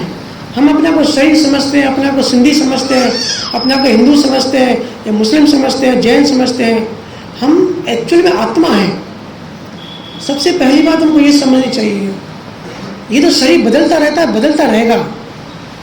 आज हम हिंदू घर में पैदा हुए हैं, हो सकता है अगले जन्म में जैन पैदा हुए, बुद्धिस्ट पैदा हुए। ये सब शारीरिक बातें जो है ना, ये बदलती रहेंगी। थोड़ा आउट ऑफ द बॉक्स सोचो, थोड़ा सिर्फ संसारी बातों में टाइम मत वेस्ट करो, आउट ऑफ द बॉक्स कभी सोचो, कभी ब्रेक लो मोबाइल से, टीवी से, संसारी बातों से, निंदाओं से, क्रिकेट मैच से या दोस्तों से। कभी अकेले बैठो। ये सब क्यों नहीं सोचते हम? क्योंकि हम अकेले नहीं बैठते। कभी अकेले बैठो, शांत बैठो, टेरेस पे जाओ और आसमान की तरफ देखो, तो थोड़ा सा अनुभव होगा। कभी सोचो कि हम क्यों हैं, यहाँ पे क्यों आए, हम कौन हैं, कहाँ से आए, शरीर लेने से पहले हमारी शक्ल कैसे थी, शरीर छोड़ने के बाद हम कहाँ जाएंगे, ये पूरा ब्रह्मांड कैसे चल रहा है, ये जो इतना ग्रह नक्षत्र प्लैनेट्स इतने रिदम से, इतने प्रेम से एक म्यूजिकल सिस्टम की तरह चल रहे हैं, ये कौन चला रहा है, ये क्यों है? तभी थोड़ी थोड़ी जो है सजगता आएगी, होश आएगा, ज्ञान आएगा, तो नींद खुलेगी। नहीं तो हम सब बेहोश हैं, मोह में अटके पड़े हैं। आदमी 90 साल का हो जाता है लेकिन सोच वही होती है बच्चों जैसी, सिर्फ शरीर बढ़ जाता है, ज्ञान नहीं बढ़ता। हम सब एक लेवल पे पैदा होते हैं, हर किसी की चेतना की लेवल अलग होती है। अगर हम जिस लेवल पे पैदा हुए या जिस ज्ञान के लेवल से पैदा हुए और उसी लेवल पे हम मर जाते हैं, तो हमारी पूरी ज़िंदगी वेस्ट हो गई। चाहे हमने कितने पैसे कमा लिए, कितने दुकानें बना ली, कितनी बिल्डिंगें बना ली। और अगर हम जिस लेवल पे पैदा हुए, अगर अपना थोड़ा ज्ञान बढ़ाते हैं, थोड़ा डेवलपमेंट करते हैं, अपनी विवेक बढ़ाते हैं, प्रज्ञा बढ़ाते हैं, बुद्धि बढ़ाते हैं, अंडरस्टैंडिंग बढ़ाते हैं, थोड़ा केवल ज्ञान समझते हैं, गुरु ने जो ज्ञान दिया उसका मैसेज समझते हैं कि मोक्ष की तरफ कैसे बढ़े, फिर हम अगर शरीर छोड़ते हैं, अगर 1 इंच भी हम ऊपर बढ़े तो हमारा जीवन सक्सेस है। क्योंकि जीवन में असली कमाई क्या है? हम सब नकली कमाई में लगे पड़े हैं। पैसा चाहिए, पैसा चाहिए, और चाहिए, और चाहिए। यही तो है भिखारीपन है हमारा। हम सब मिडिल क्लास वाले हैं, तो जिस चीज़ की मन का नियम है, जिस चीज़ की लिमिटेशन होती है, उसी चीज़ की अट्रैक्शन होती है। पैसा कम है तो पूरा ध्यान हमारा पैसे में ही जाएगा। लेकिन ये भिखारीपन से हम में नहीं है। ये जो अमीर होते हैं ना, अमीरों के पास भी जितना होता है उससे संतुष्ट नहीं होते, उनको भी और चाहिए। तो जो क्वालिटी और इंटेंसिटी हमारी है वही उनकी भी होती है।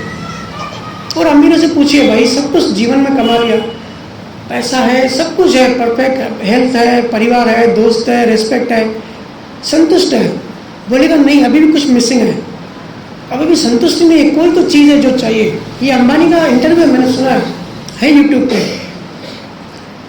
तो जब एक चीज़ मिसिंग है, जब अमीरों को भी ऐसे है कि कुछ ना कुछ मिसिंग है, तो हम क्यों पैसों के पीछे, दुकानों के पीछे और मोह के पीछे कि सब मेरा मेरा मेरा होते जाए, क्यों बेहोशी में बढ़ते जा रहे हैं? ये जीवन नष्ट है, ये असली कमाई नहीं है। असली कमाई का डेफिनेशन क्या है? गुरु नानक जी ने और कबीर साहब ने बहुत अच्छे से बताया है। असली कमाई वही है जो मरने के बाद साथ जाए, और जो शरीर के साथ छूट जाए वो सब नकली कमाई है। और शरीर के साथ क्या छूटेगा? परिवार, रिश्ते, नाते, इज्जत, रेपुटेशन, मोह, और ये जो बंगले, घर, सब गाड़ियाँ बनाई, ये सब छूट जाएगा, ये सब काम नहीं आएगा। असली कमाई हमारे मरने के साथ जाएगी, और वो क्या है? वो है ज्ञान, अंडरस्टैंडिंग। क्योंकि चेतना की यात्रा है। ये जो जीवात्मा जो बार बार शरीर लेती है ना, ऐसे नहीं लेती। ये जो हमको शरीर मिलता है, कुदरत की कॉस्मिक इंटेलिजेंस की साइंस ऐसी है कि हम जो कर्म बनाते हैं, हमको कर्मों के अकॉर्डिंग आगे गति मिलती है। हो सकता है हम वापस ह्यूमन बीइंग बने, इंसान बने, हो सकता है जानवर बने, वो डिपेंड करता है हमारे कर्मों पे। तो कोई भगवान हमारा दुश्मन नहीं है, कोई कुदरत दुश्मन नहीं है, एक साइंस है, एक एल्गोरिथम है।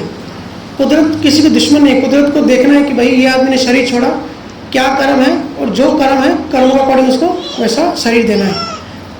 कर्म मतलब क्या? बीज। हमारे अंदर आंतरिक मन में बीज बनते हैं। मन, चित्त, बुद्धि, अहंकार का जो पार्ट है अंदर का, मन में वो बीज बनते हैं। बीज से शरीर बनता है।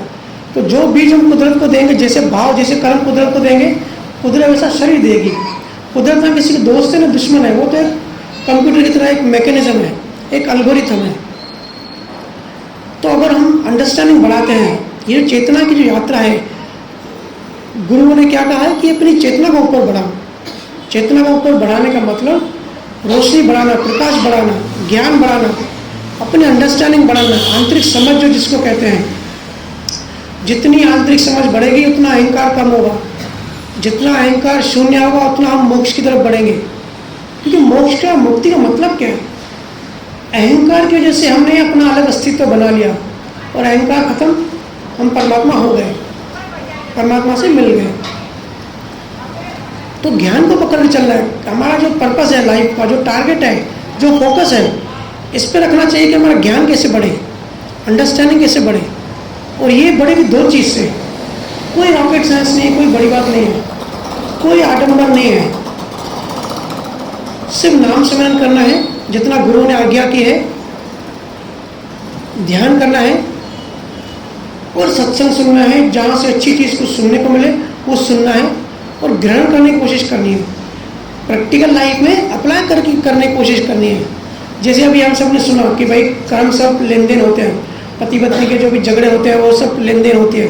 हमने भी सुना कि भाई 1000 का जो लोन है वो, या जो बच्चों के साथ झगड़े होते हैं माँ बाप के, बनती नहीं है बच्चों के साथ। तो क्यों नहीं बनती है? बिकॉज लॉ ऑफ कर्मा ऐसा है, आप लोग एक दूसरे के दुश्मन बनेंगे। या जैसे कहा जाता है कि 90% पहले के ज़माने में जो दुश्मन थे वो भी पति पत्नी बनते हैं, एक दूसरे का हिसाब पूरा करने के लिए। तो रोज़ एक साथ 1000 रुपये नहीं दे के रोज़ 10-10 रुपये की लेन देन पूरी होती है, रोज़ चिड़चिड़ होती है। तो ये तो होता रहेगा, इसका सोल्यूशन नहीं है, ये रुकेगा भी नहीं, और रोकने की कोशिश भी नहीं करना, और रोकने, आपको सबको पता है रोकने से रुकता भी नहीं है। तो क्या करना चाहिए? सहज स्वीकार करना चाहिए। जब भी हम किसी दुख को स्वीकार करते हैं तो 50% दुख खत्म हो जाता है। एक्सपेक्टेशन, उम्मीदें मत रखो, स्वीकार करो। हम दूसरों से उम्मीदें करते हैं कि ये ऐसा होना चाहिए, वो अच्छा होना चाहिए, उसको इतना काम करना चाहिए, मेरे को नहीं करना चाहिए। स्वीकार करेंगे ना कि ठीक है भाई, जो बीमारी आई है वो मेरे कर्मों के कारण आई है, जिसने मेरा अपमान किया वो मेरे कर्मों का ही मुझे वापस आया। ये कर्मों की डिलीवरी है। अगर मेरा बिजनेस नहीं चल रहा है, मैं कोशिश कर रहा हूँ, इतनी मेहनत कर रहा हूँ, तो घबराना नहीं है। अपने आप को समझाना है कि भाई स्वीकार करो, ये लॉ ऑफ कर्मा है, अभी बुरा टाइम चल रहा है, अच्छा टाइम चलेगा तो वापस भी बढ़ जाऊंगा। कर्म सत्ता, हमारे हाथ में कुछ नहीं है, सब कर्म सत्ता की वजह से होता है। कर्म हमको नीचे गिराएंगे तो गिर जाएंगे, कर्म ऊपर उठाएंगे तो उठ जाएंगे। इसलिए हमको बेस्ट पॉसिबल करना है, बेस्ट जो हमारा हो सकता है वो करना है। ऐसा करेंगे तो डिप्रेशन में नहीं जाएंगे। क्यों डिप्रेशन बढ़ते जा रहा है? मेरा फ्रेंड है, एक वकील है, वो कहता है कि लास्ट 5 साल में जितने तलाक हुए ना 50 साल में नहीं हुए। ऐसा क्या गलत हो रहा है? तो मैं कहता हूँ कि दुनिया अभी जितनी खतरनाक है ना, इससे पहले कभी नहीं थी। और सॉल्यूशन एक ही है, उसका रीज़न एक ही है, ज्ञान की कमी, अज्ञानता। साइंस नहीं पता मन कैसे काम करता है, ये संयोग कैसे काम करते हैं, 5 तत्व 6 तत्व जो पूरा ब्रह्मांड चलाता है, कुदरत कैसे काम करती है, ये सब समझने की धीरे धीरे कोशिश करिए। किसी आपको सवाल होंगे तो आप पूछ सकते हैं इन बिटवीन।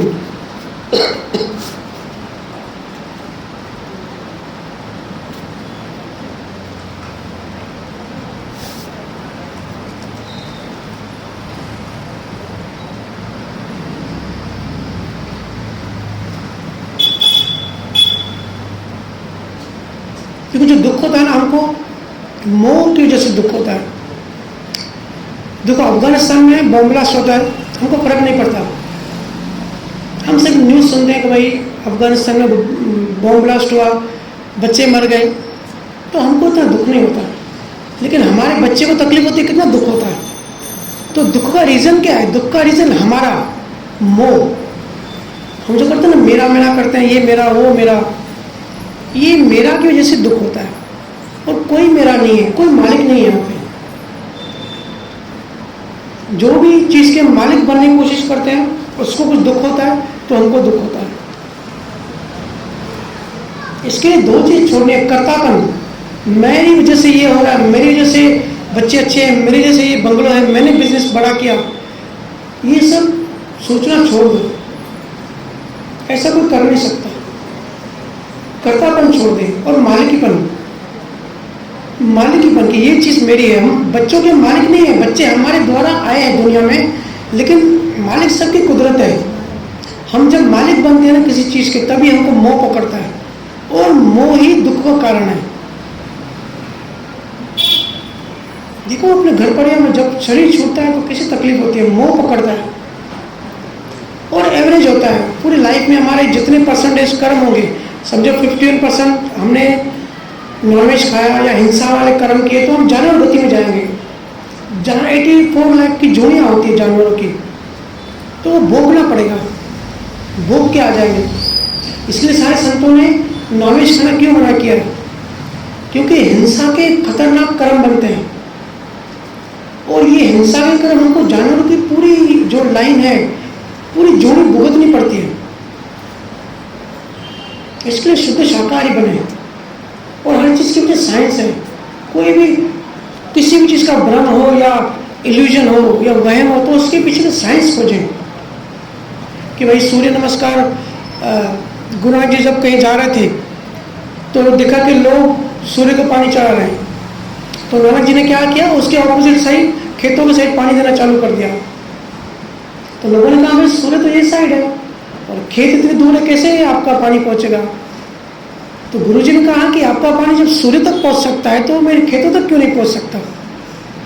तो गुरु का काम होता है, ये जो वहम है, ये सारे जो भ्रम है, कुछ खास लोग अपने फायदे के लिए भ्रम डालते हैं आपके अंदर और डर पैदा करते हैं, चिंता पैदा करते हैं।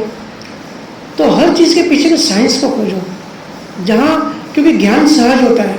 सच्चा ज्ञान जो होता है ना, सहज होता है, साइंटिफिक होता है, लॉजिकल होता है।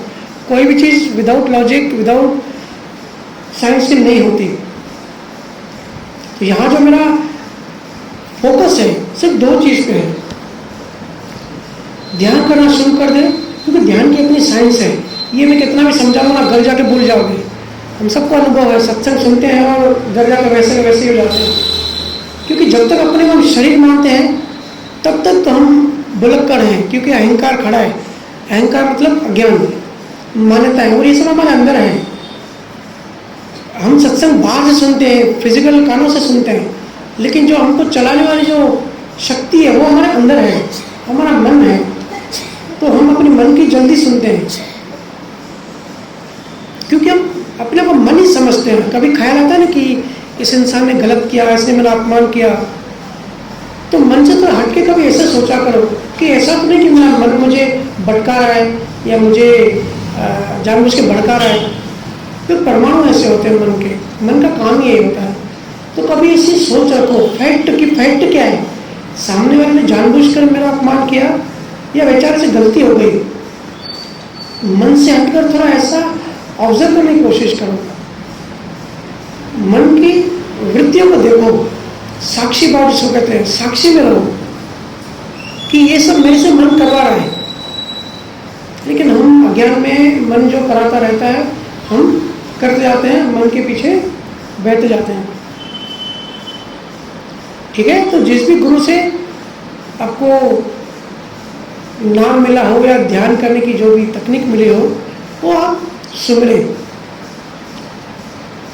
हम लोग को सिखाया गया कि रोज नहाना चाहिए, ये बायोलॉजिकल बॉडी की सफाई करनी चाहिए। हमारे माँ बाप ने सिखाया, उनकी भी गलती नहीं है बेचारा, उनको भी उनके माँ बाप ने सिखाया, तो हम रोज नहाते हैं ताकि मिट्टी नहीं पड़े। लेकिन हमको किसी ने ये नहीं सिखाया कि मन के ऊपर भी मिट्टी पड़ती है और मन को भी रोज साफ करने की जरूरत पड़ती है। तो जो ध्यान है वो मन का स्नान है, रोज करना है।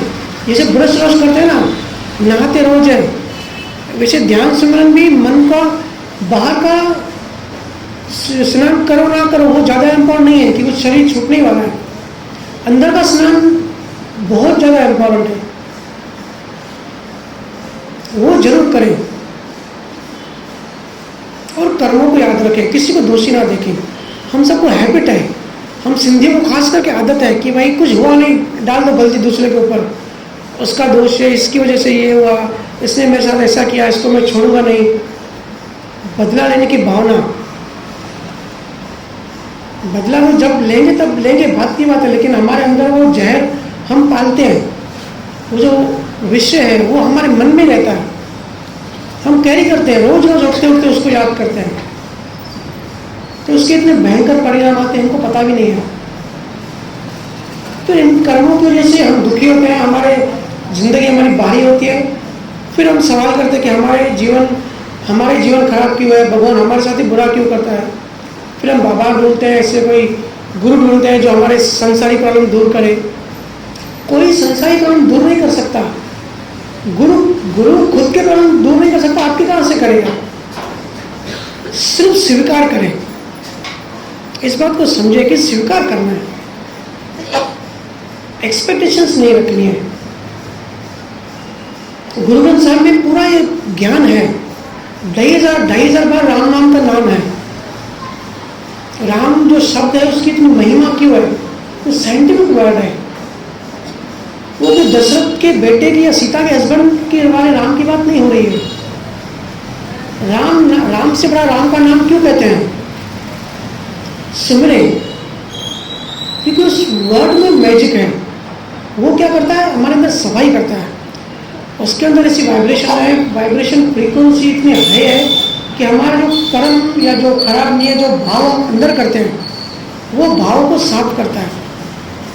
वो ऐसी शक्ति हम अंदर हमारे बनाता है। जब हम सुमिर करते हैं, जब हम ध्यान करते हैं, हमारे अंदर ऐसी शक्ति पैदा करता है कि जो कर्मों की जो एनर्जी है उसको डिलीट करता है। फिर जैसे जैसे कचरा साफ होता जाएगा, हमको हमारा विवेक थोड़ा ब्रॉड होगा, थोड़ी बुद्धि खिलेगी, चीज़ें समझ में आएंगी, थोड़ी दुनिया की असलियत दिखेगी, थोड़ा आउट ऑफ द बॉक्स, थोड़ा संसारी चीज़ों से उठ के हम देखेंगे कि भाई सच क्या है। फिर सहज ही हमको कोई दोष नहीं दिखेगा।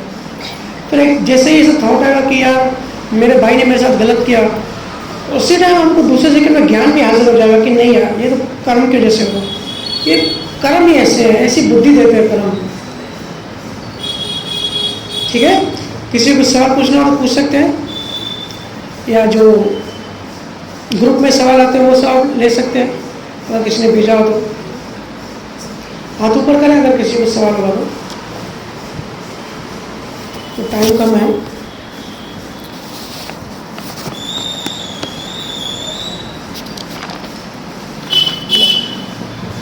हेलो, किसी को सवाल पूछना है किसी बात से भी रिलेटेड, अध्यात्म में, जैसे भी जिसको क्वेश्चन करना हो कर सकता है, कोई भी सवाल पूछ सकते हैं। 5 मिनट लास्ट के लेके किसी भी सब्जेक्ट में कर सकते हैं। हाँ, फिर थोड़ा केक वगैरह की रस्म है, गुरु पूर्णिमा भी है सामने और त्योहारों के दिन की शुरुआत होगी, तो उससे फिर शुरुआत करेंगे।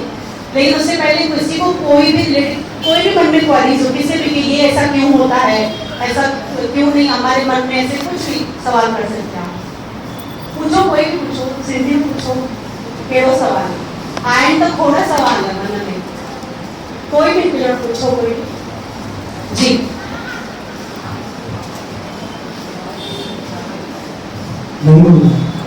सर, आपसे मेरा एक सवाल था, ये जैसा हम मेडिटेशन करते हैं, ध्यान सिमरन करते हैं, उस वक्त मतलब ध्यान करते वक्त उल्टे विचार आते हैं, जो मन डालता है, तो उन विचारों को उस वक्त सामना किस तरह किया जाए?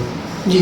और दूसरी बात ये, जिस तरह आपने कहा कि गुरु नानक देव जी ने कहा कि बासी में रखे थे, आप उतनी दूर तक पानी दे रहे हो, आपको लेकर बात किया, ये गलत है क्या कि सूरज देवता को पानी देना, ये तय करना कि वो सही ही गलत कर रहा है? बताओ, देखिए, पहला जो आपका सवाल था कि ध्यान करते टाइम विचार आते हैं,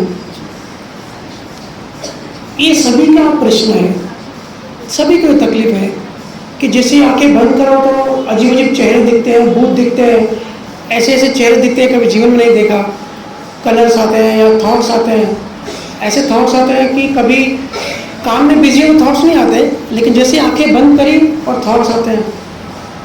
तो मैं आपको बताऊं, ये थॉट्स, पहली बात तो थॉट्स आते नहीं है, थॉट जाते हैं, ये हमारे मन में ऑलरेडी हैं ही।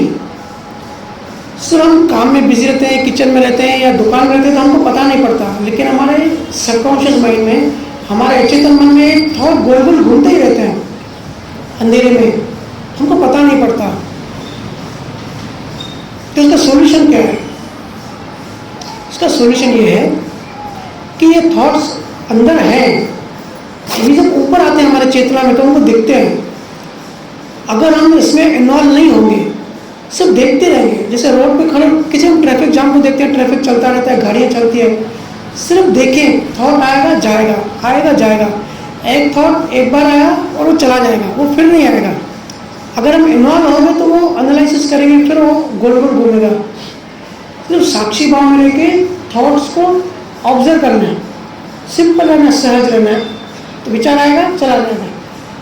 फिर थोड़े दिनों की प्रैक्टिस के बाद आप ऑब्जर्व करोगे कि जो गैप है, पहले तो स्पीड से थॉट्स आएंगे, अगर 15 दिन करेंगे तो आपको 16वें दिन से ये अनुभव होगा कि अभी थॉट्स धीरे धीरे कम होते गए। पहला थॉट आएगा, उसकी थोड़ी गैप के बाद दूसरा थॉट आएगा, पहला विचार आएगा, थोड़ी गैप के बाद दूसरा विचार आएगा, और ऐसे गैप बढ़ती जाएगी। सिर्फ देखने का काम करें, क्योंकि ये विचार और कुछ नहीं, ये हमारे मन की ही हमने चार्ज किया कर्म होते हैं ना। कर्म किसको कहते हैं? जो कर्म बनाते हैं, तो उसका जो भुगतान कैसे होता है? ये जो विचार है ये भी कर्मों का भुगतान है, ये भी प्रारब्ध कर्म है। हम कहते हैं ना कि हम ये सोचना नहीं चाहते, लेकिन अपने आप विचार आते हैं, हम करते नहीं है, विचार अपने आप आते हैं। तो अपने आप क्यों आते हैं? क्योंकि वो माइंड कर्म हमने किए थे पिछले जन्मों में, उससे रिलेटेड हमको थॉट्स आते हैं। तो विचारों को कुछ नहीं करना है, उनको अपना काम करने दो, मन को अपना काम करने दो, हमको अपना काम करना है।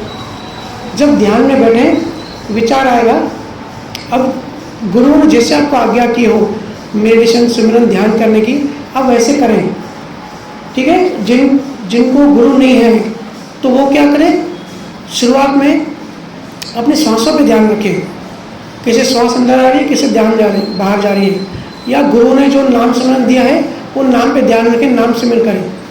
पर अगर थॉट्स में बह गए, आप बैठे हो भजन सिमरन ध्यान करने और आप बेहोश हो गए और ख्याल हो कि घोड़े आपको और कहीं लेके गए, आप बैठे हो घर पे और आपको मैके पहुंचा दे, अपने भाइयों के घर पहुंचा दे, तो डरना नहीं है, समझ जाना कि भाई मन का काम है। जैसे ही आपको याद आ जाए वापस आ जाओ, वापस उस नाम पे फोकस करो। जिनको नाम नहीं है वो श्वासों में फोकस करें, फिर वही ध्यान दें, इसकी भी प्रैक्टिस करें। फिर ख्याल आएंगे, फिर चले जाएंगे, बेहोश हो जाएंगे, फिर जब आपको याद आए वापस आप सहज रहो, लड़ाई मत करो मन से। मन का नियम, मन बच्चे की तरह होता है, मन को जिस भी बात के लिए रोकोगे वही चीज़ सामने आएगी। अगर खुद को कहोगे कि सफ़ेद हाथी को याद नहीं कर रहे हैं तो सबको सफ़ेद हाथी दिखाई देगा। बच्चे होते हैं ना, मना करो तो वही चीज़ पहले करते हैं। तो ये हमारा मन है, मन से अगर लड़ाई करोगे कि ये विचार नहीं आना चाहिए, ये विचार क्यों आया, गंदा विचार है, तो और ज़्यादा आएंगे। इससे चाहे सहज रहना है, सिंपल रहना है, विचार है उसको आए और जाने दो, आए आप इन्वॉल्व मत हो।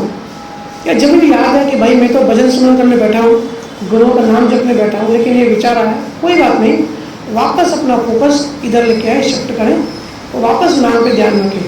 फिर बेहोश हो जाए वापस आ जाए, फिर बेहोश हो जाए वापस आ जाए। ऐसे जब प्रैक्टिस होगी तो आप देखोगे कि आपका जो जागृति है वो बढ़ रही है।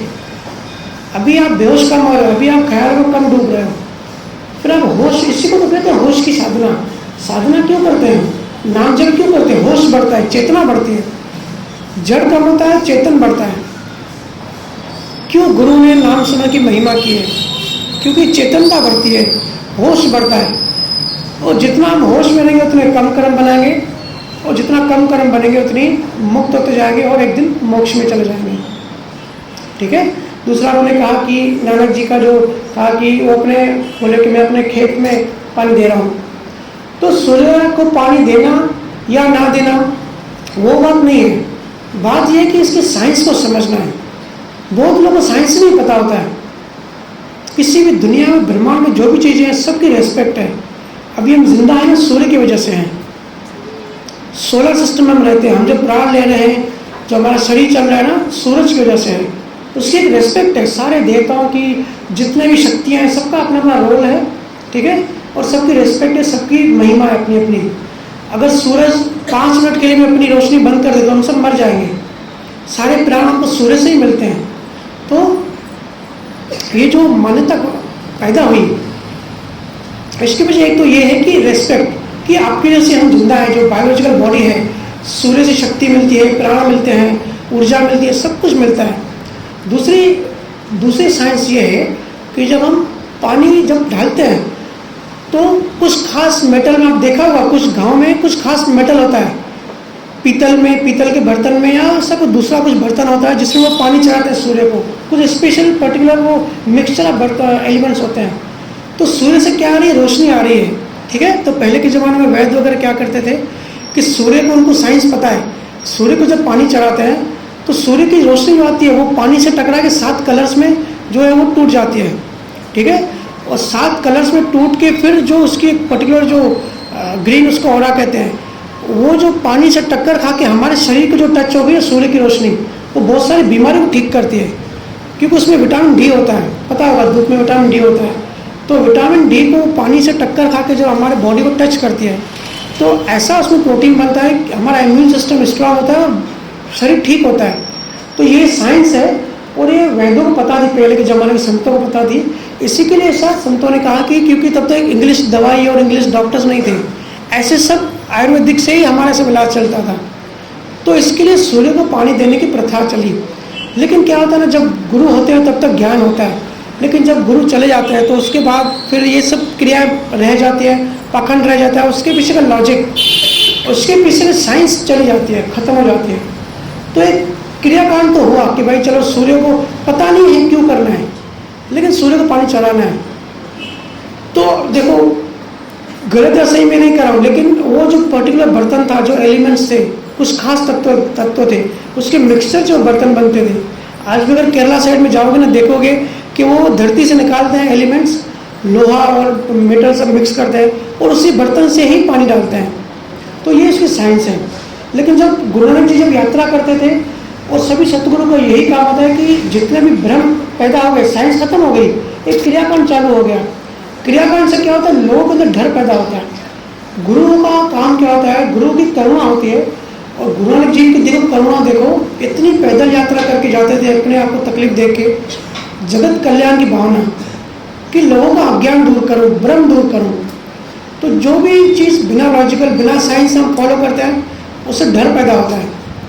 अब हमको किसी पंडित ने बोल दिया कि भाई सुबह उठ के सूर्य को पानी चढ़ाना है, साइंस नहीं पता, सूर्य को पानी चढ़ाना है, और समझो एक दिन हम कहीं बाहर गए, लोटा नहीं मिला, पानी नहीं मिला, तो हमारे अंदर डर पैदा होगा, एक घबराहट, एक चिंता पैदा होगी कि अरे आज तो हमने किया ही नहीं, तुम्हारा नुकसान हो जाएगा।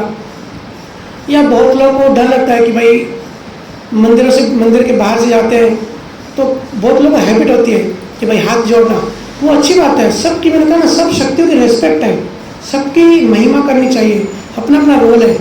लेकिन ऐसे भ्रम पड़ जाता है कि अगर गाड़ी निकल गई और किसी मंदिर को उन्होंने माथा नहीं टेका या नमस्कार नहीं किया तो एक वहम पैदा होता है, एक डर पैदा होता है, एक चिंता पैदा होती है कि अरे हमारे साथ कुछ गलत तो नहीं हो जाएगा, हमने कुछ गलत तो नहीं कर दिया, पाप तो नहीं कर दिया। तो ये अज्ञान है। कोई भी शक्ति कभी भी किसी का बुरा नहीं करती, क्योंकि प्रेम, परमात्मा प्रेम स्वरूप है। ये सब प्रेम स्वरूप है, ये सब हमको सब डराया जाता है, ये वहम पैदा किए जाते हैं हमारे अंदर। तो ऐसे सब डरना नहीं है। तो गुरु नानक जी ने भी जब यात्रा करी, उन्होंने यही कोशिश करी कि नाम स्मरण कराएं, लोगों को केवल ज्ञान दें, परमात्मा ज्ञान दें, और जितने भी पाखंड हैं, जितना भी डर है, चिंता है लोगों के अंदर पैदा हो रही है, उस चिंता को दूर करें। तो ऐसी बहुत सारी कहानियाँ हैं। वेस्ट बंगाल में गए, वहाँ कैसे लोगों को किस तरीके से लोगों को समझाया, या कैसे गरीबों के घर जाकर खाना खाया। अमीर लोग गुरु जी को बुलाते थे, वहाँ नहीं जाकर गरीबों के घर गए, तो उनके पीछे टीचिंग होती थी। सभी संतों की टीचिंग है, कबीर साहब की भी ऐसी कहानियाँ हैं। तो इसके लिए संतों का ज्ञान अलग नहीं है। संसार जो हम गृहस्थी लोग हैं ना, ऐसा मत सोचो कि 60 साल के बाद का एक पार्ट है।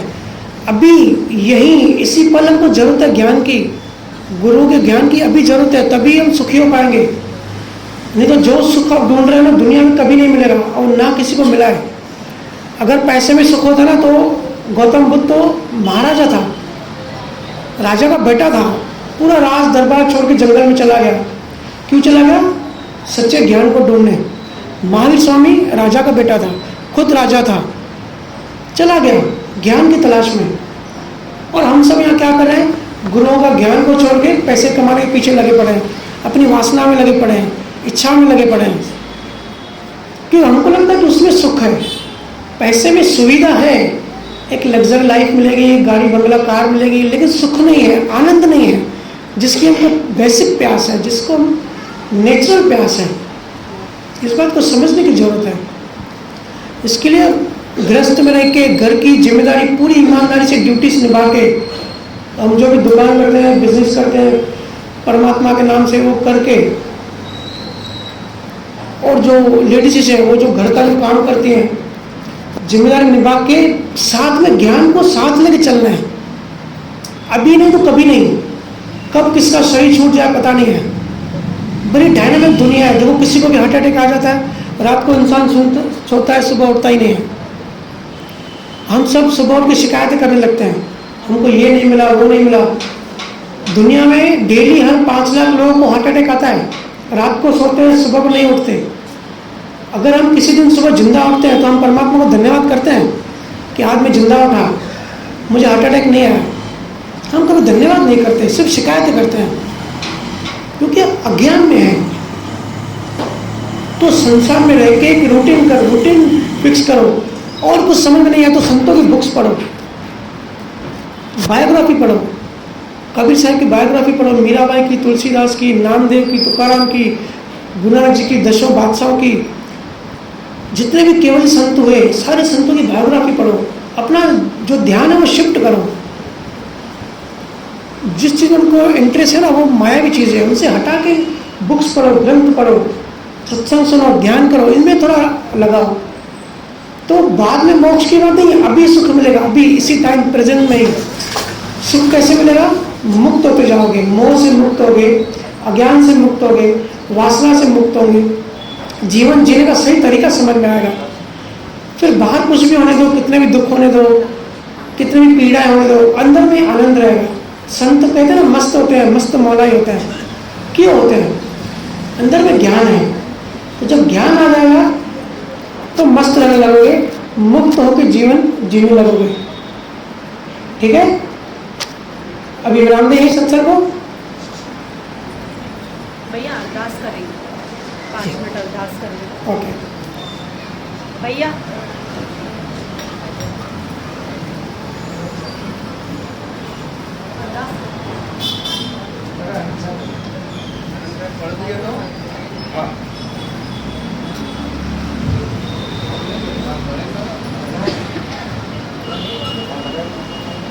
लगा